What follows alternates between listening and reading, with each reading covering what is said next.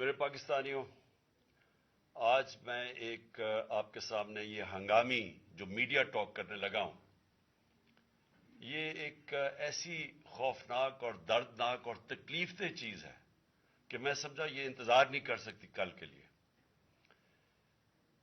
میرے ساتھ جاوید علی بیٹھے ہوئے ہیں، ایک طرف عثمان ڈار جو ہمارے سیال کوٹ کے پریزیڈنٹ ہیں۔ میں ذرا اب آپ کو صرف بتانا چاہتا ہوں کہ یہاں ہو کیا رہا ہے اس ملک میں۔ میں اپنی قوم کو آگاہ کرنا چاہتا ہوں کہ پاکستان کو کس طرح ایک بنانا ریپبلک بنا دیا گیا ہے۔ نہ یہاں کوئی قانون کی فکر ہے طاقتور کو، نہ ان کو فکر ہے اپنے آئین کی۔ ہمارا جو آئین ہے اس کا آرٹیکل 14 وہ واضح طور پہ کہتا ہے کہ ہر انسان کی عزت کی حفاظت کی جائے گی، ہر انسان کی ڈگنیٹی کو پروٹیکٹ کیا جائے گا۔ یہ ہمارا آئین ہمیں حق دیتا ہے۔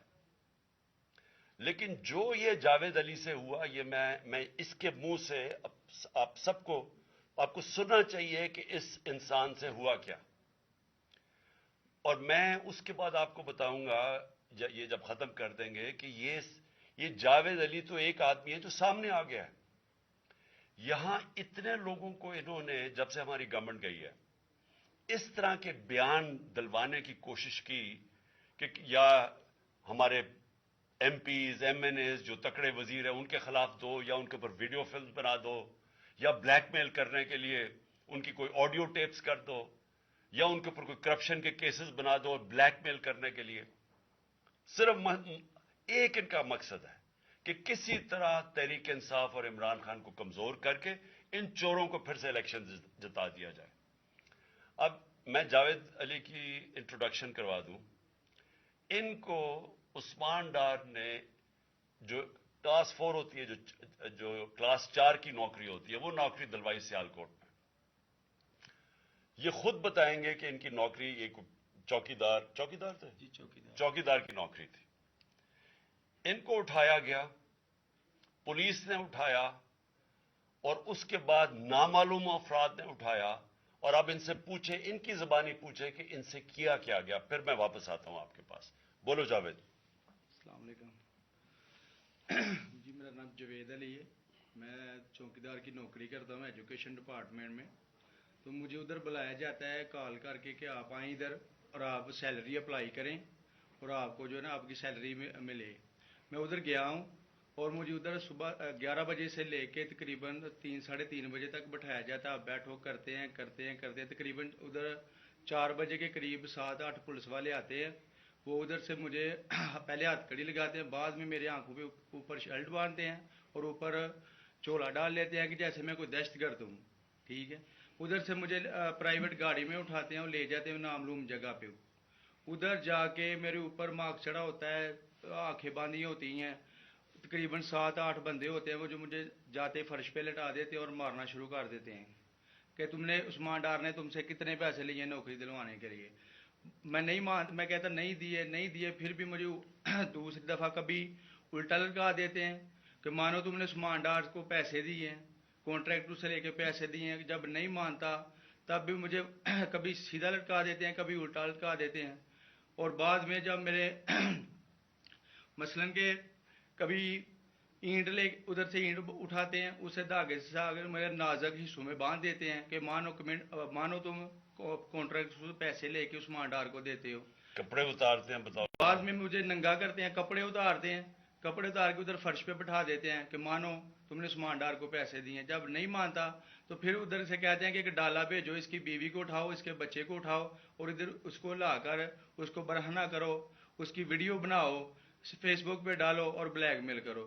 تب ادھر سے جا کے جب میری فیملی آئی تب میں ادھر سے ٹوٹا، ان کے آگے رویا کہ اب آپ بتائیں کہ میں نے کیا کرنا ہے۔ اس نے کہا کہ آپ 164 کے بیان دیں اور یہ کمنٹ میرے کہہ رہے ہیں کہ آپ نے یہ پیسے ٹھیکیداروں سے لے کے عثمان ڈار کو دی۔ یہ بتائیں آپ کہ کوئی یہ سب چپ ہو جاتے تھے جب کوئی آتا تھا ایک ادھر آدمی؟ جب میری تو آنکھیں باندھی ہوتی تھی ٹھیک، اس وقت جب کوئی آتا تھا ادھر کوئی افسر آتا تھا، یہ کہتے تھے کہ بڑے صاحب آ گئے ہیں، بڑے صاحب آ گئے ہیں، اور سب سائلنٹ ہو جاتے تھے۔ جب وہ آتا تھا سب سائلنٹ تھا، اب ٹھیک ہے لگے رہو، کرتے جاؤ، لگے رہو، یہ بات.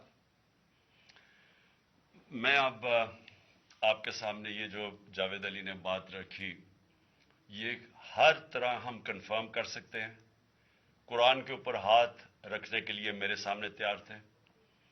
یہ عثمان ڈار کو پھنسانے کے لیے، اس کو کرپشن کیسز میں لانے کے لیے، یہ ساری چیز، یہ جو اس سے 164 کا بیان دلوایا گیا، اور پھر بیوی بچوں کو ساتھ والے کمرے میں لا کے ان کو کہا کہ اس کو ننگا کریں گے. یہ سیدھی بات بتائے، بیوی کو کہا کہ اس کو ننگا کر کے اس کی تصویریں بنائیں گے اور پھر فیس بک پہ چلائیں گے.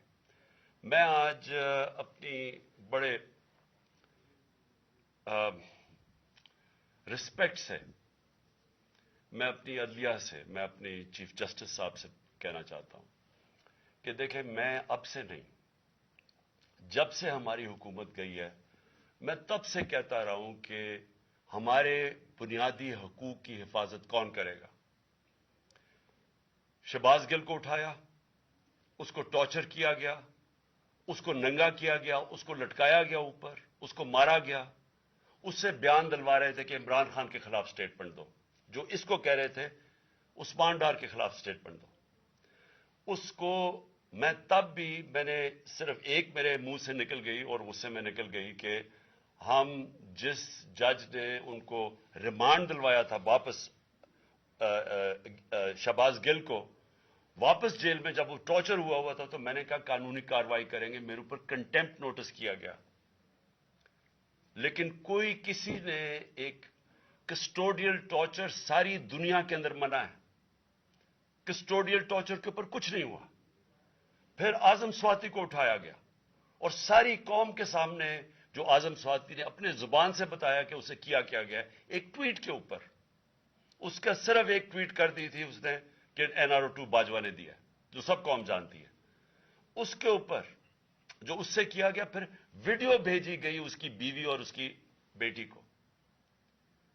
ایسی چیزیں اس ملک کی تاریخ میں کبھی نہیں ہوئی، یا میں تو نہیں کبھی سنی تھی ایسی چیزیں. شاید دہشت گردوں سے ہوتی ہوں، شاید کوئی باہر کے جاسوسوں سے ہوتی ہو، غداروں سے، لیکن اپنے شہریوں کو اس طرح کرنا اس ملک کی تاریخ میں کبھی نہیں ہوا. میں نے، جب مجھے گولیاں لگی، میں نے تب چیف جسٹس صاحب کو پہلے مخاطب ہوا. میں نے کہا دیکھیں، جنہوں نے مجھے یہ قتل کرنے کی کوشش کیا وہ سارے اقتدار میں بیٹھے ہوئے ہیں. اس میں یہ جو ایک آدمی ڈرٹی ہیری جب سے جنرل باجوہ لے کے آیا یہاں، تب سے یہ تشدد شروع ہوا ہے. شہباز گل کا، اعظم سواتی کا، مجھے گولیاں لگی. یہ جو داستان آپ سن رہے ہیں، سوشل میڈیا کے بچوں سے پوچھیں، جب سے یہ آدمی آئے ان سے اٹھ کے کیا ہوا. ان کو بند کمروں میں کپڑے اتارے گئے، ذلیل کیا گیا. ایک ماں باپ نے مجھے کال کی، انہوں نے کہا ابھی تک ان کا بیٹا نارمل نہیں ہوا. اس سے اوپر اتنا تشدد کیا کہ وہ ابھی تک نارمل نہیں ہوا. اور میں ان کو کہا، جس طرح اس کو جاوید کو کہا میں نے سامنے آؤ، سب ڈرتے ہیں، نامعلوم افراد سے سب ڈرتے ہیں، اور کوئی کسی قسم کی پروٹیکشن کسی کو نہیں ہے، کیونکہ یہ قانون کے اوپر ہے، یہ جو مرضی کر لے، کوئی ان کو بچانے والا نہیں ہے. کوئی جاوید جیسے انسانوں کو جب یہ کرتے ہیں، اس کو پھر دھمکیاں دی گئی کہ تم نے یہ بتانا کسی کو نہیں ہے، تو ہم یہ کر دیں گے، ہم تمہیں یہ مروا دیں گے. تو یہ اس ملک کی، ہمارے پاس تو ایک ہی راستہ ہے، اور مجھے پتا ہے کہ عدلیہ کے اوپر پورا اٹیک ہے، یہ مافیا کا. یہ پولیٹیشین نہیں ہے، یہ مافیا ہے جو ٹیپیں بناتا ہے ججز کی، جو ہر قسم کی بلیک میل کرتا ہے. انٹیریئر منسٹر ٹیپ چلا رہا ہے کسی کی، یہ بالکل غیر قانونی چیز ہے. وہ جج کی ٹیپ چلا رہا ہے، وہ اس کی مریم وہ ٹیپ چلا رہی ہے کسی ارشد ملک جج کی، کبھی ثاقب نثار کی ٹیپ چل رہی ہے. یہ کسی مہذب معاشرے میں یہ چیزیں نہیں ہوتی. یہ کنٹرول کے لیے، عدلیہ کو کنٹرول کے لیے صرف یہ سارے حربے استعمال کیے جا رہے ہیں. میں آج اس پلیٹ فارم سے اپنے چیف جسٹس اور اپنی ہائر جوڈیشری کو، امید تو صرف آپ سے رہ گئی ہے. اس وقت جو جس طرح کا ظلم کیا جا رہا ہے، یہ نامعلوم افراد جو کر رہے ہیں اس ملک کے ساتھ، اور خاص طور پہ جو ڈرٹی ہیری ہے، میری ساری انہوں نے یہ کیسے ہو سکتا ہے کہ میری جو ساری جے آئی ٹی کی رپورٹ تھی جو انہوں نے فورینسک ایویڈنس جمع کی ہوئی تھی وہ ساری ختم کر دی ہے. ان 4 آفیسرز کو پھر اوپر بٹھا دیا ہے جن کے اوپر پروسیکیوٹر جنرل نے کہا تھا کہ انہوں نے میری جے آئی ٹی کی ایویڈنس سیبوٹاج کرنے کی کوشش کی. اس نے ٹیررزم کورٹ کو بتایا ہے, ان کو واپس لا کے اوپر بٹھا دیا ہے. یعنی اس سے انصاف ملے گا؟ ساری ایویڈنس ختم کر دی ہے. تو ہمیں کدھر جائیں گے ہم؟ میری ریکویسٹ ہے چیف جسٹس صاحب, یہ جاوید علی کی, اس کے اوپر سو موٹو ایکشن لیں, پتہ چلائیں کہ یہ کون لوگ ہیں. اور اوپر سے اس نے نامعلوم افراد نے اس نے سنا کہتے ہوئے کہ پولیس کے اوپر سارا الزام لگانا, پولیس کو پنچنگ بیگ بنانا اور کچھ نہ کہنا, نہیں تو ہم تمہیں یہ کر دیں گے, مار دیں گے. دیکھیں جی, وقت آ گیا ہے.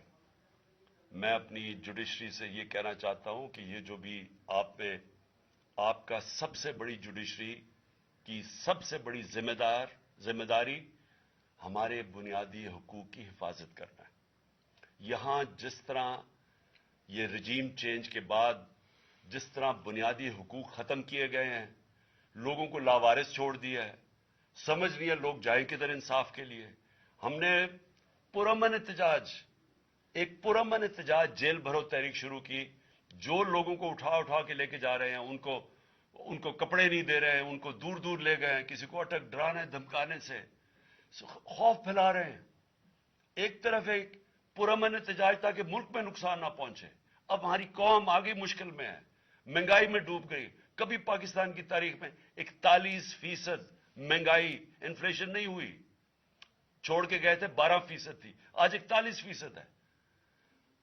ہم اس کے احتجاج کریں کہ چور اوپر بٹھا دیے, این آر او مل گیا ہے, پکڑ کے یہ حالات ہوتا ہے, سب کو ڈرانا دھمکانا, جرنلسٹ کو, صحافیوں کو, ٹی وی چینلز کو. تو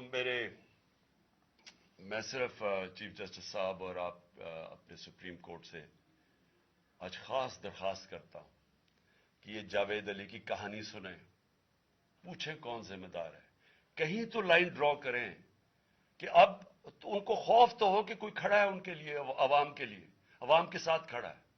کوئی تو ایکشن لیں تاکہ عوام کو کوئی حوصلہ ہو کہ ہماری عدلیہ ہمیں بچائے گی. کون بچائے گا جاوید؟ سوچیں کہ بیوی بچوں کو ساتھ والے کمرے میں جا کے کہتے ہیں اس کو ننگا کر کے ہم اس کی تصویریں بنائیں گے. یہ کون سے معاشرے میں ہوتا ہے؟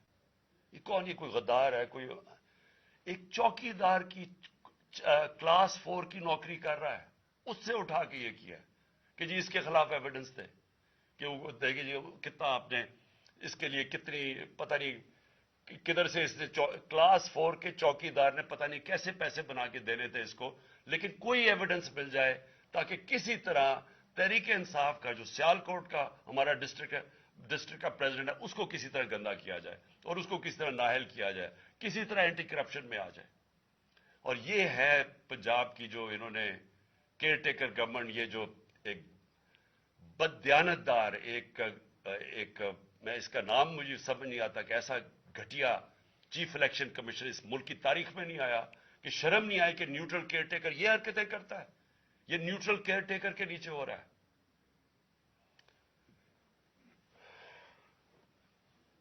بہت بہت شکریہ.